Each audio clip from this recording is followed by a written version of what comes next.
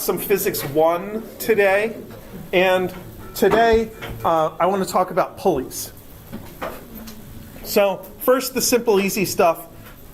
A pulley redirects the tension force of a rope, but it also works to connect two objects together, or maybe more than two objects together. It makes a relationship between positions of objects. Now, an ideal pulley, which is the kind we're going to calculate with, has no friction and no mass. So what that means is that when a string goes past an ideal pulley, the tension is the same on both sides of the string. So we talked about this case where you had an object tied to a pulling force and then a string tied to a second object, and not all of that pulling force got back to the second object because some of the pulling force was used to accelerate the mass of the first object. Some of the pulling force may have been used to fight off friction in the first object. But if our first object has no friction and no mass, then that pulling force gets completely transferred back to the second object. That's our ideal pulleys.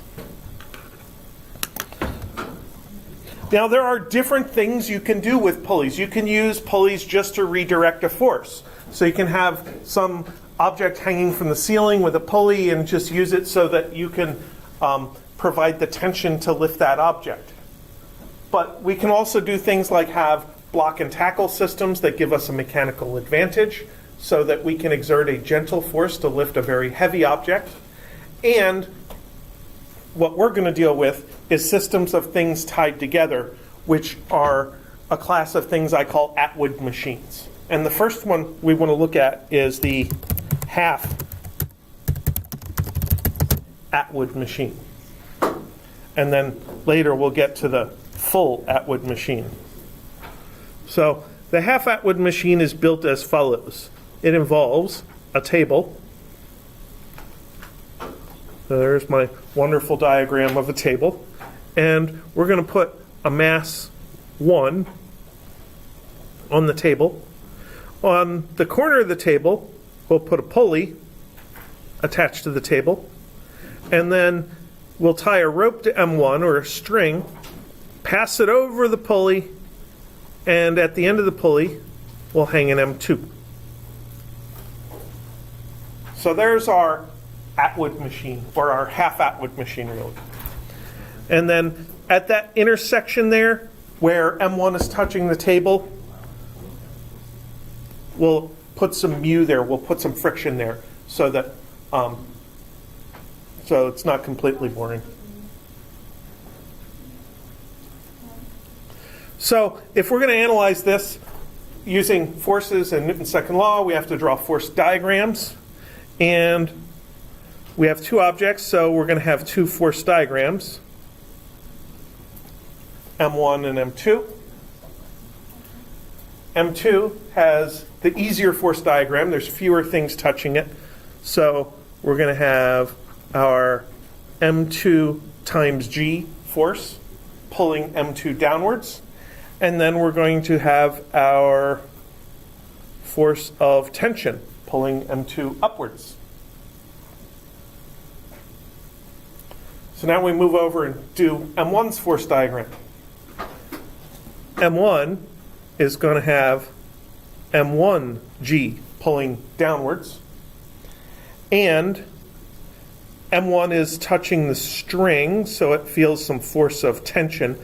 But the force of tension on M1 is not in the opposite direction to the force of tension on M2 because of the pulley. And then M1 is also touching the table, so we have our regular contact force on the table, which we break into normal force and friction force. So there's our force diagrams for our two objects. And that's what allows us to build our equations of motion for the two objects. We have M1 x direction, M1 y direction, and then over here we'll have M2 y direction. Gesundheit. Now we're all sick. That joke's really going to get old by the end of the spring, isn't it? M1x, force tension minus force friction. M1y, force normal minus M1g. M2y, force tension minus M2g. So I've only done the sum of forces side of each equation so far because that's what I see in the diagrams. And that's what's easiest to fill in to start out with. Now the next thing to do is decide, what do I know about the accelerations? So is either one of these objects restricted to movement in a certain direction? M2 can only go up and down. And we have taken advantage of that to just not write an x equation for M2. So that's great. What about M1? It only moves sideways. So that means that this is 0. M1 in the y direction has no acceleration. But M1 can accelerate in the x direction, M1, A1, and M2 can accelerate in the y direction, M2, A2.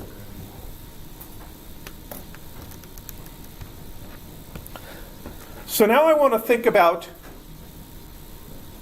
the relationship between the motions of these two objects.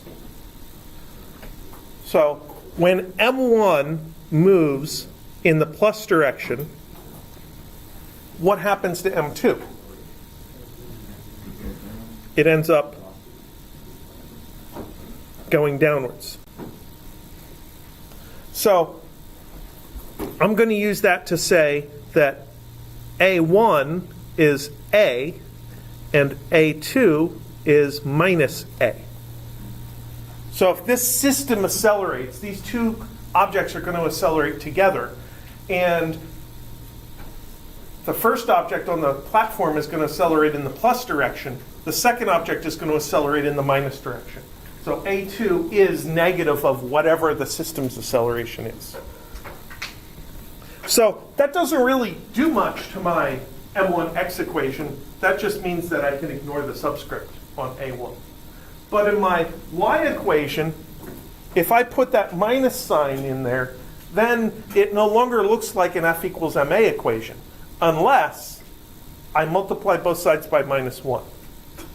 So I'm going to switch this to minus force tension plus M2g equals M2a.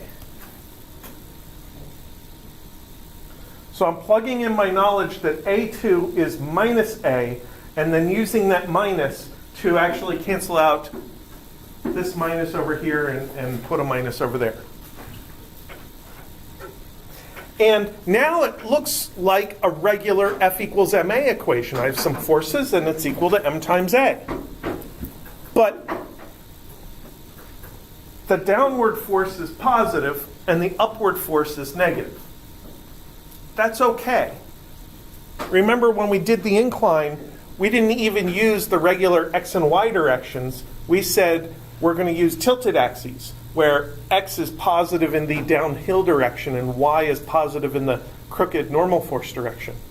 Well, this is just like using a different coordinate system. This is like doing the equation for m2 in the minus y direction.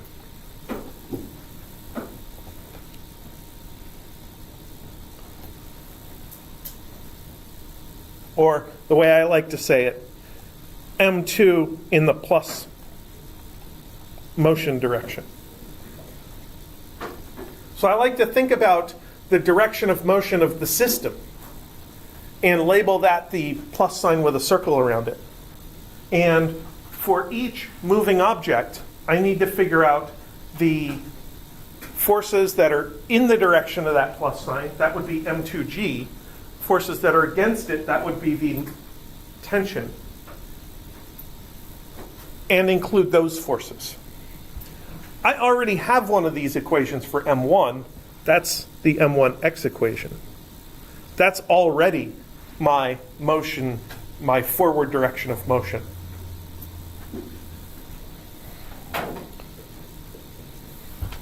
So now I'm at the point of having 3 equations and 4 unknowns. I just need one more equation. I need something to do with friction. So once I know how to deal with friction, I'll have 4 equations and 4 unknowns so I can solve it.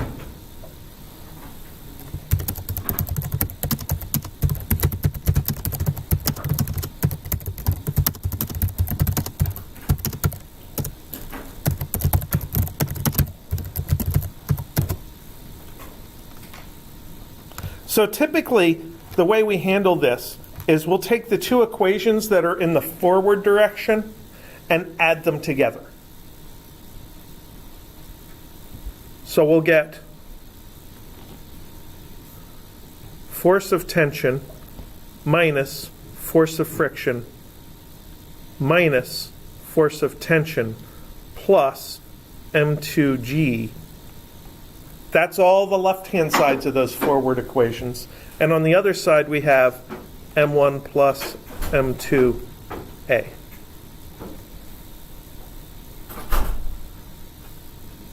So the next thing to notice is that the force of tension cancels. And we're left with m2g minus force friction is equal to m1 plus m2a. This is a generic equation of motion for any half-Atwood machine.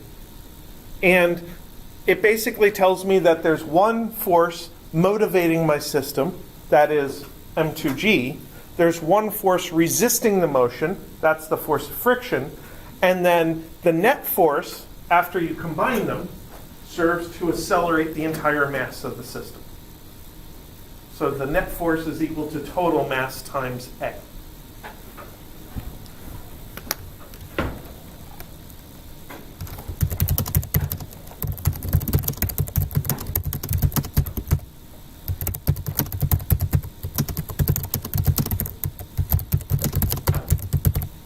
And those 2 remaining forces have a special name. They're called external forces. They're not just any old external forces. They're the external forces along the direction of motion.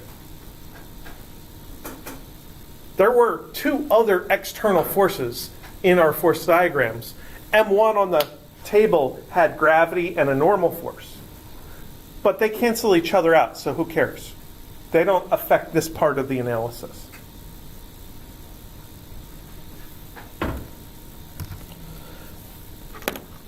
So really, you want to be able to build this equation from scratch, from the first diagram. So the original diagram looks like, there's my table, there's my M1 and M2. There's my string that goes over a pulley. I really feel weird if there's no pulley there, so the pulley is actually attached to the side of the table. And these 2 forces are, come on, this one, M2G, and this one, force of friction. So they're forces that come from outside the system. M2G comes from the Earth as a bulk. The force of friction comes from the surface of the table, and they are along the direction of motion.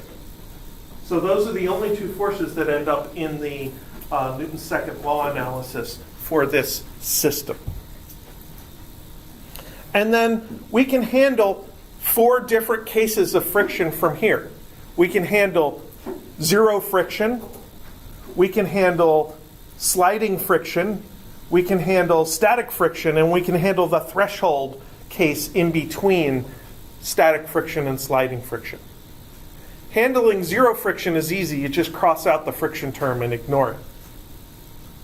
In fact, if you knew from the get-go that you were dealing with a frictionless case, you probably just wouldn't have drawn it or put it in the equations in the first place.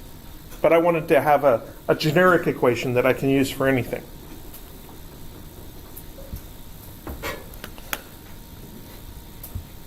So let's see. Let's do some examples.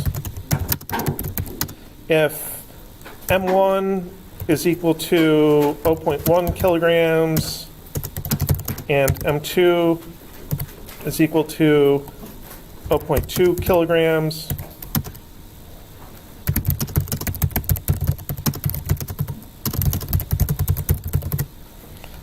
and there's no friction, what is the acceleration? So then we start plugging things in. We have our 0.2 times g minus 0 equals 0.3 times a. So our gravity force is just m2s times the 9.8, and there's no friction, so that 0.2 times g has to equal the total mass times a, and we solve for that.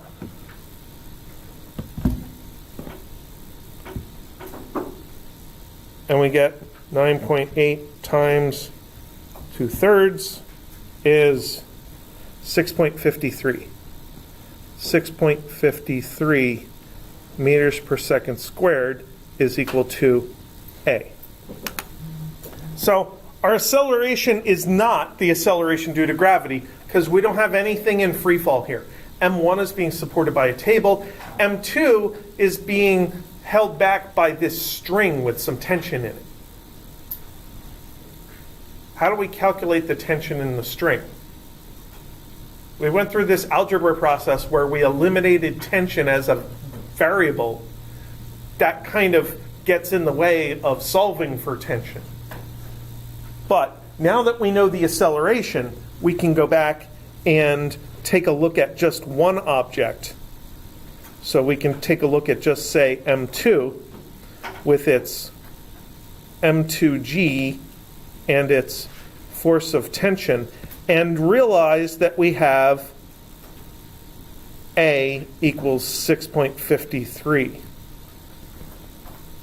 meters per second squared.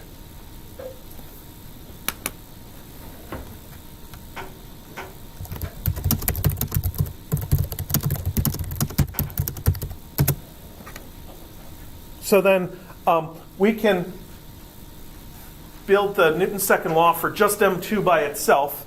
Might as well just use the regular y direction so I don't confuse myself. Force of tension minus M2G equals M2A2. I highly encourage you to write this in between symbolic version of the Newton's second law equations.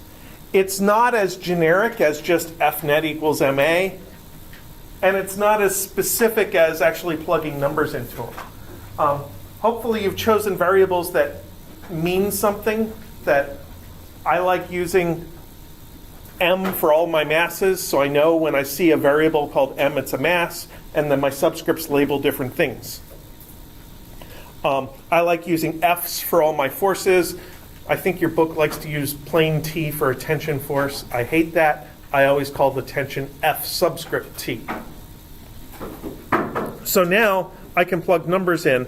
F subscript T minus M2G is 0.2 times G equals 0.2 times negative 6.53.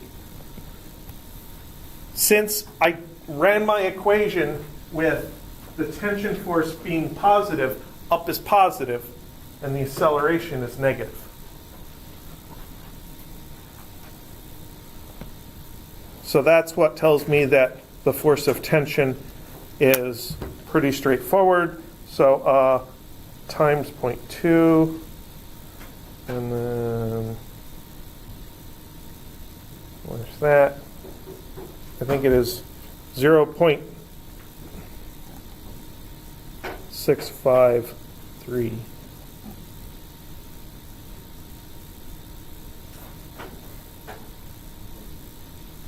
newtons.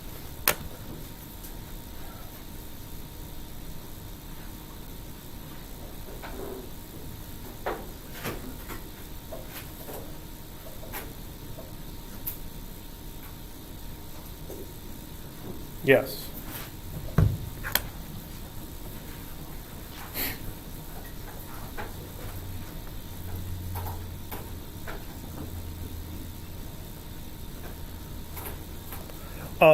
M2G, by the way, is 1.96 newtons.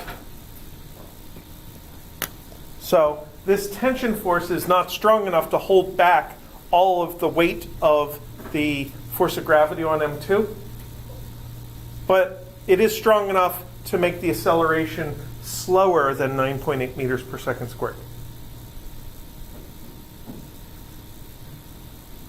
Did I do that right? I think I did that right. I'm not all that interested in algebra. I'm interested in setting things up and getting answers. The algebra in between.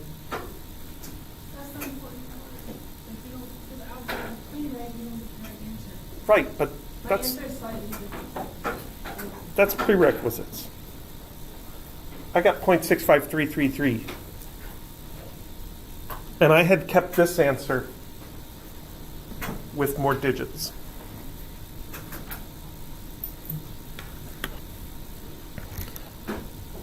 Okay, so then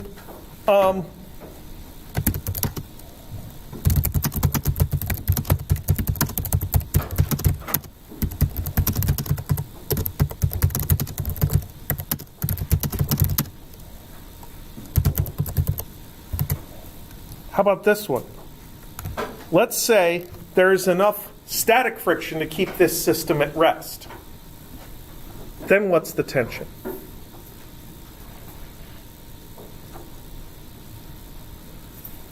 So that's M1 up here, M2 hanging here, pulley 1.96 newtons. If this system is actually at rest, then it's going to take an equal and opposite force on M2 to prevent this from moving. So then the force of tension is actually 1.96 newtons. The force of friction is actually 1.96 newtons.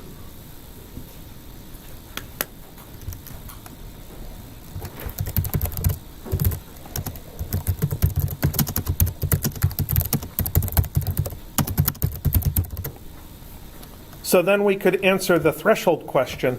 How much friction would we need to do this? So we'd have to go off to the side and say the normal force is M1G is 0.98 newtons, because M1 was 0.1. Then we set up the threshold condition. F max equals mu S F N.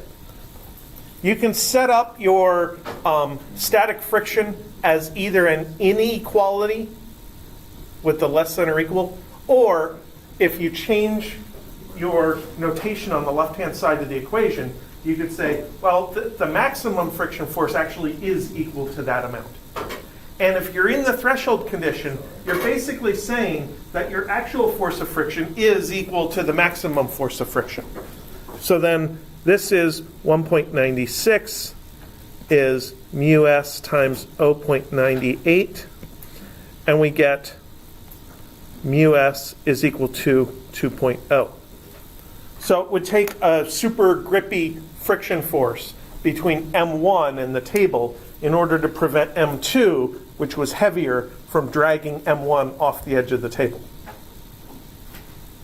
And we've already seen that a grippy friction force, grippy friction coefficient like that one isn't completely out of the question because we saw my cell phone virtually sticking to the faux leather binder on Tuesday.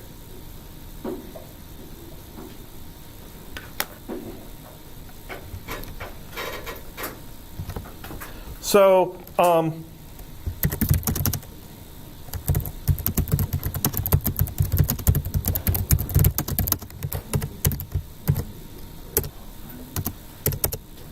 hey guys. Yeah, if you want to do other work, you can do it elsewhere.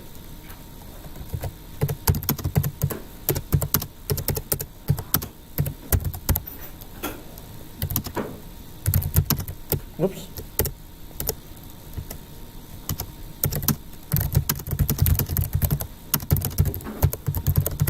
So then the sliding friction case is we're given usually a coefficient of friction and we're trying to find the acceleration and tension. So let me start with the equation. We have m2g minus force of friction is equal to m1 plus m2a. By the way, when you come back from spring break, the first week after we come back, we're doing the Atwood's machine lab, which I'll go over the Atwood's machine on the next page. But the second week, you're doing the friction lab. And in the friction lab, we set up a half Atwood machine. And the entire purpose of building the half Atwood machine is to give us a chance to get a way to measure the force of friction. So you set up known M1 and M2. That's a mass on the table and a mass hanging from the string. And the computer directly measures the acceleration. And then you use this exact formula, at least you're supposed to use this exact formula, to calculate the force of friction for that run. And then you compare that force of friction to the normal force to get a friction coefficient. But you basically have to use this equation by itself to calculate the force of friction at first. Now, in this case, we're using force friction is equal to mu s F normal, because we're doing a theoretical prediction of what should happen, not an experimental measurement in order to get at that variable. So we're going to try to predict the variables instead. So this is mu s m1g. So that is 0.1. I'm sorry. Mu is 0.5. M1 is 0.1. And G is 9.8, which is 0.49 newtons. So we end up with 1.96 minus 0.49 is equal to 0.3a.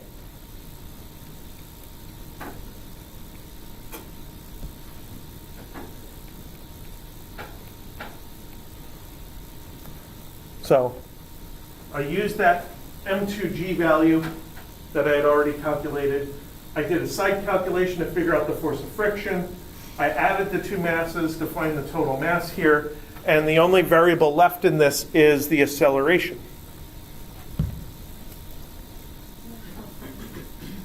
What's that? Is that the acceleration? That sounds familiar.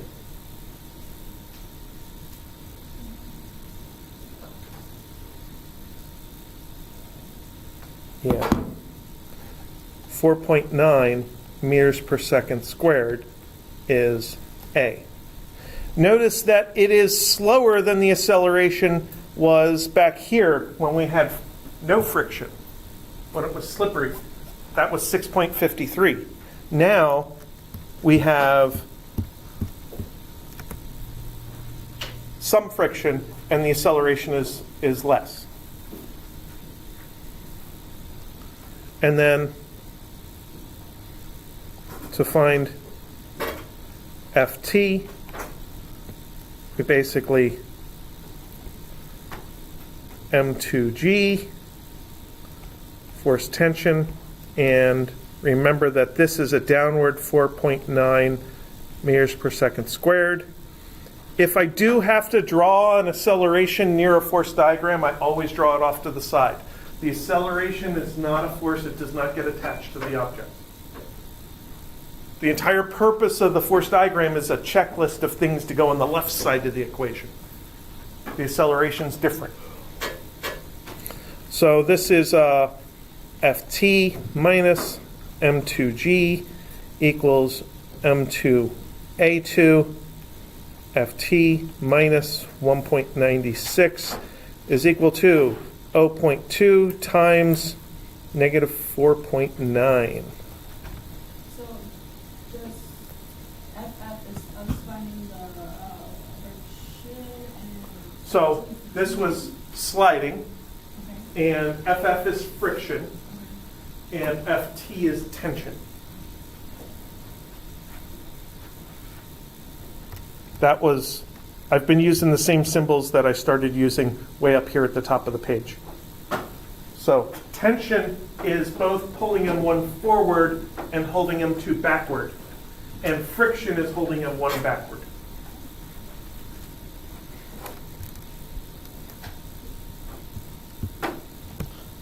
So then Ft is equal to 1.96 minus 0.2 times 4.9 is equal to 0.98 newtons. So there's 1.96 newtons of motivational force. Of that, 0.98 is transferred to the string. The rest is used to actually accelerate M2 downwards. And then of that tension that's transferred back down the string, part of it is being used to fight off friction, and the rest of it is actually accelerating M1.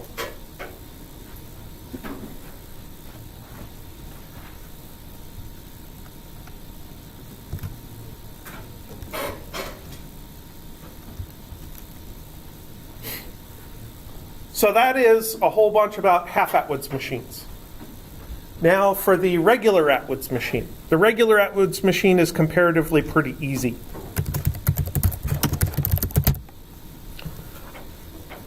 I'm never sure whether this is supposed to be Atwood's machine possessive or just Atwood machine, just labeled with the guy's name. But you can find it both ways in different resources. So with the regular Atwood machine, you have your M1. I'm going to draw it as a small object. And your M2, which I'll draw as a larger, heavier object. And they're both hanging from the string. So the string goes up and over a pulley. So there's our pulley, which is attached to a bracket, which is hanging from the ceiling. There. That is the lousiest Atwood machine I've drawn in years.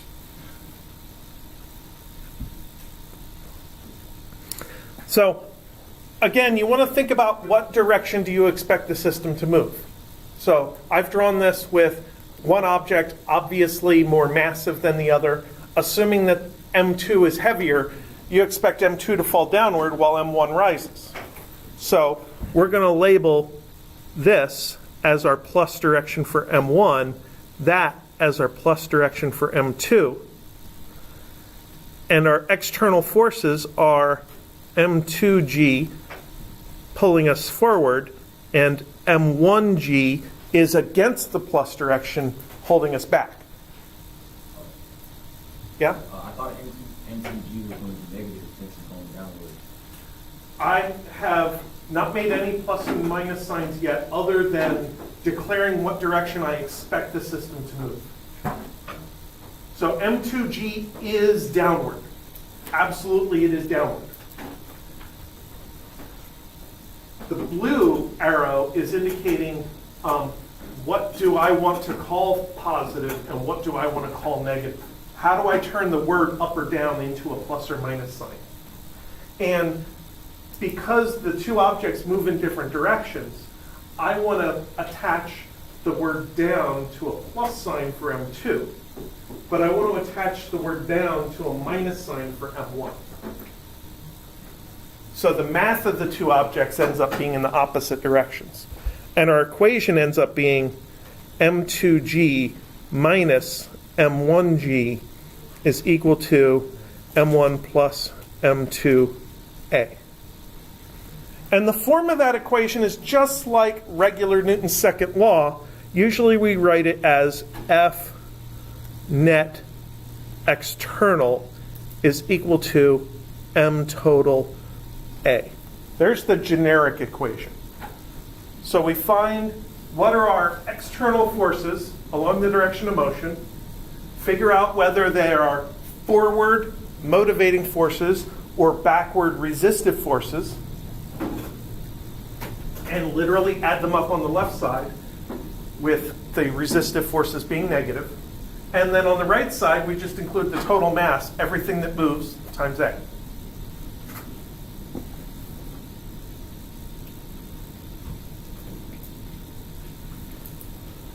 Usually, we process this and write it as M2 minus M1G equals M1 plus M2A. And then we name these two things in parentheses. This is delta M times G, and this is M total times A. And that's the Atwood's machine equation. Now, since masses are always positive, the M total always ends up being bigger than the delta M. So if you solve for the acceleration, delta M over M total times G is equal to A. The acceleration is always more gentle than gravity. And that's because gravity is getting multiplied by this fraction less than 1.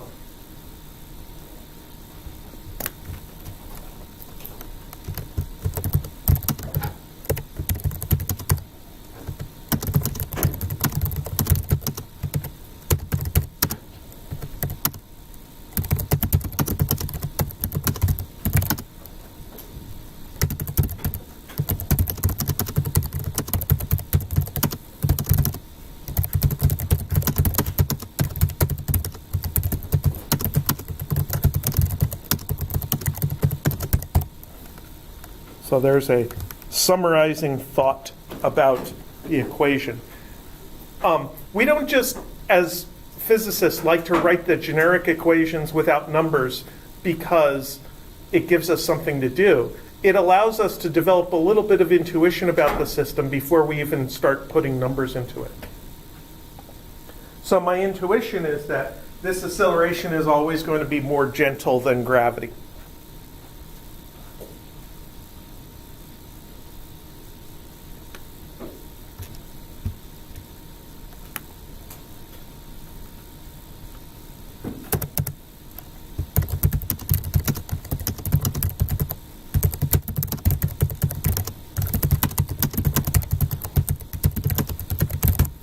Now, in the Atwood's machine, M2 is accelerating downward while M1 is accelerating upward.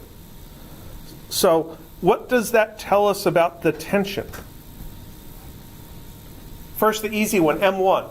To accelerate M1 upward, what do we know for sure about the tension, even without plugging numbers in?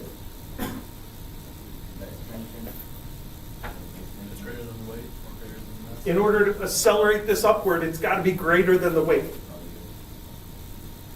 You could call it the weight of the mass. And then for M2, it's only slightly trickier. To allow M2 to accelerate downward, this tension has to be weaker than that weight of M2. So the tension on the string in the Atwood's machine is always in between the two weight values. It's not halfway in between. I wish it was that easy. But it is in between the two weights.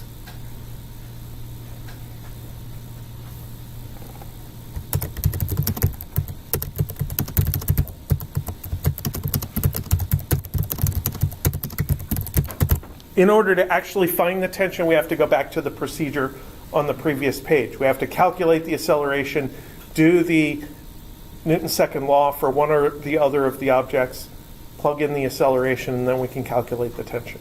It's a pain.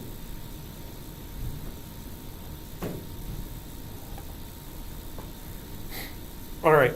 The Atwood's machine is kind of boring, so I don't really want to plug numbers into it right now. I did want to talk about one other thing before releasing you for spring break.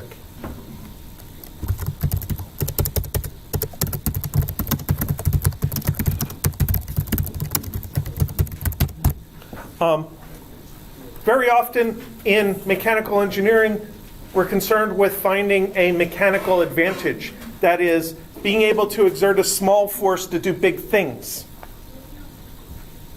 So one example of this is to have a pulley hanging from the ceiling.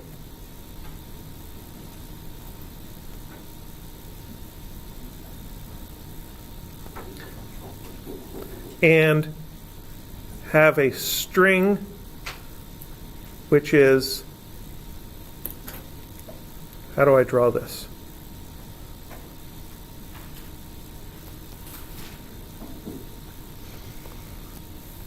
On a seat, and then put a person on the seat,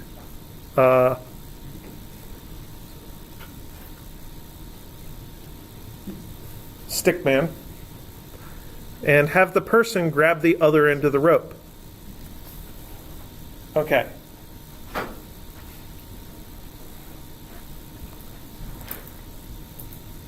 So when we do the force diagram for the person,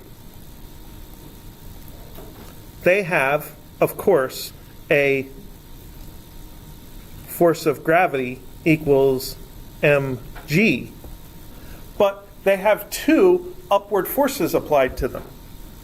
They have a force of tension because their hands are touching the string, and they have another force of tension because the seat is attached to the other end of the string. So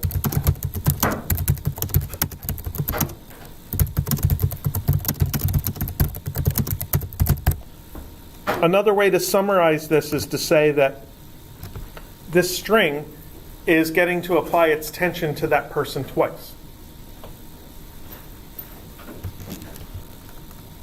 So if that person weighs 1,000 newtons,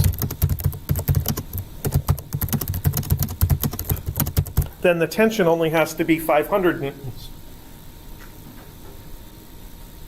And that's really the essence of the mechanical advantage idea.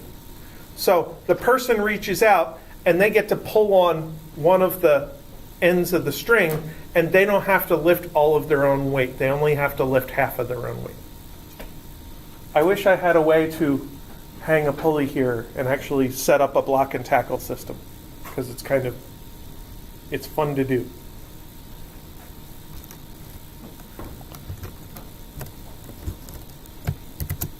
Have you seen the video done by Smarter Every Day? I've seen a lot of videos done by Smarter Every Day. Yeah, the pulley one? I've seen a few pulley ones. I was at a science museum where they had a rope that went up and down and up and down and up and down, and basically the person sitting in the chair only has to provide a quarter of their own weight as the tension. And I was able to sit in that chair and very easily lift myself up about 4 feet above the ground, and then I looked down and I said, I better not let go.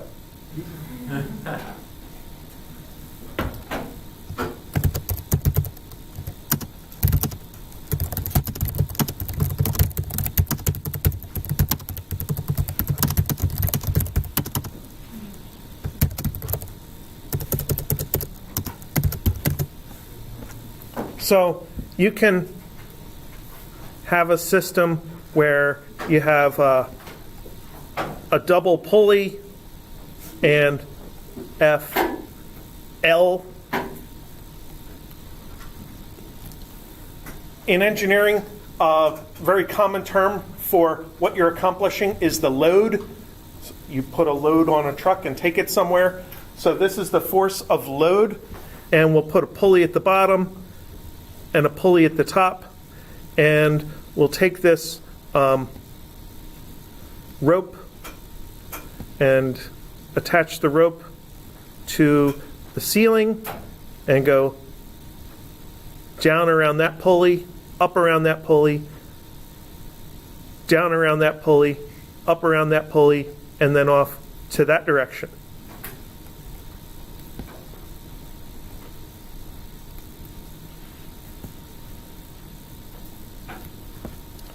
And in this case, the applied force is directly causing the tension in the rope. But here,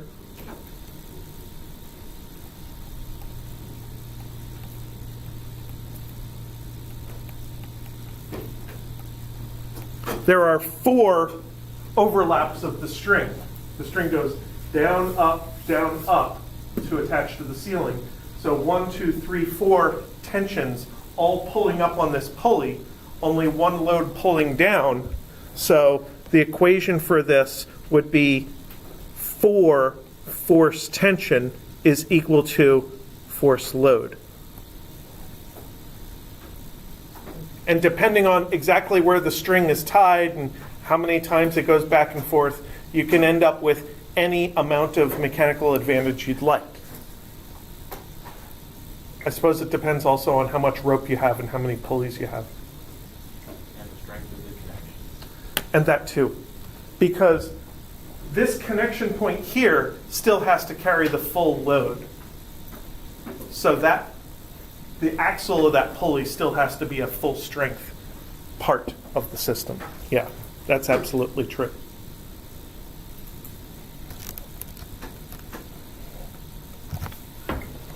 So that makes me want to look at a problem that I saw when I was making your homework assignment earlier this afternoon.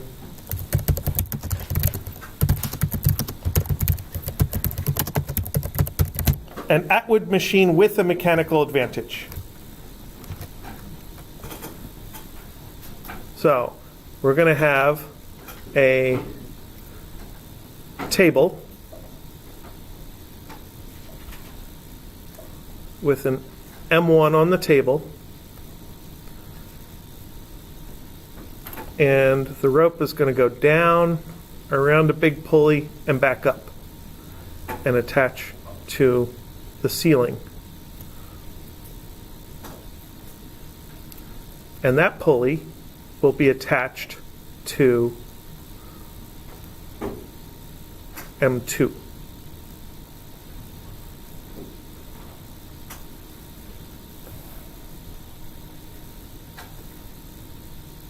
So the easy part of this is doing the forces.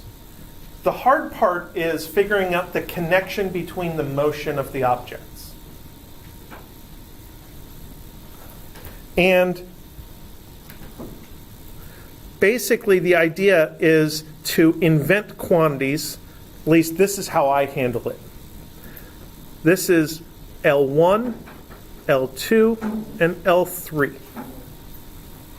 I invent quantities for the lengths of the segments of the rope. And I declare L1 plus L2 plus L3 equals a constant. That's the total length of the rope. So then I need to have variables such as x1 and x0. So that L1 is actually x0 minus x1. Take the bigger x value minus the smaller x value. That's the length of the horizontal part of the rope. And then I need some y values. I'm going to label my y values in, well, this is y2. I'm going to call this y1, and I guess this is y0. So my L2 is y1 minus y2. The height of this point minus the height of this point, y1 minus y2. And then my L3 is y0 minus y2. y0 minus y2 So your pulley is going this equals a constant. Your What's that? pulley is going this way, or which way is it? As M1 slides across the table, Gotcha. it allows more rope down here, and M2 is going to drop. But it's not going to drop the same way as with a regular Atwood's machine. So the entire purpose of this analysis is to make easy statements and make them more complicated slowly. So it's easy to say, yes, my string has 3 lengths, and they have to add up to the total. It's not too bad to turn L1 into a difference of x values, L2 is a difference of y values, and L3 is a difference of y values.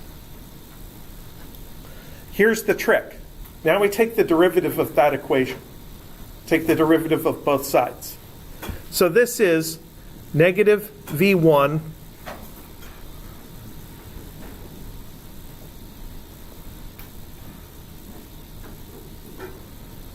minus 2V2 equals 0. Why didn't you take the derivative of both sides? Because for my F equals MA analysis, I really want to know how the accelerations are linked. So by taking one derivative, I have gotten rid of the constants, because derivatives of constants are 0. And I'm one step closer to knowing how accelerations are linked. Now I can say, oh, negative 2V2 is equal to V1. Then I can take another derivative and say A1 is negative 2A2. So now I know exactly how these two accelerations are linked to each other. And when I build my Newton's second law equations, I usually have the acceleration of object 1 in one of my equations, and I have the acceleration of object 2 in another one of my equations. So this gives me an equation linking those two variables together.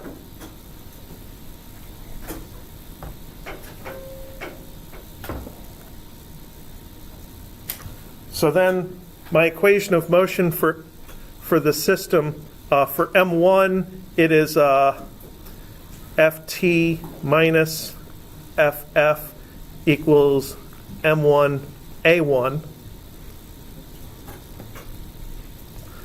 And for M2 in the y direction, because I'm not going to get into plugging minus signs in at first, I have 2Ft minus M2G equals M2A2. Now I can plug this thing in. This is minus M2A1 over 2Ft minus M2G. And this is Ft minus Ff equals M1A1. So now I'm down to two equations and two unknowns plus friction. And I need to know something about friction. Is it zero friction? Is it sliding friction? Is it threshold friction? Is it pure static friction?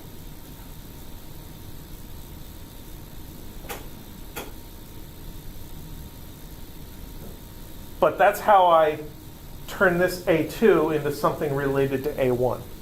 Now I can do simultaneous equations. There's no shortcut anymore. You can't just add equations. You can, I suppose, double this equation and subtract them or weird stuff like that. But by that time, you're just manipulating simultaneous equations. So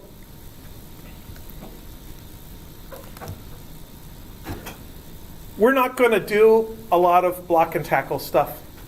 I might have like one question on a test, probably about the easy block and tackle case, not the Atwood's machine.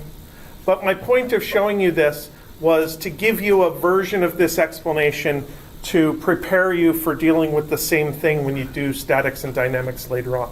Because 2/3 of you are mechanical engineers and are going to have to take statics and dynamics. And if you see it the first time when you're taking dynamics, it's going to blow you away. But if you maybe saw it a little bit before, then it'll be kind of more of a review and you have a chance of learning it then. All right.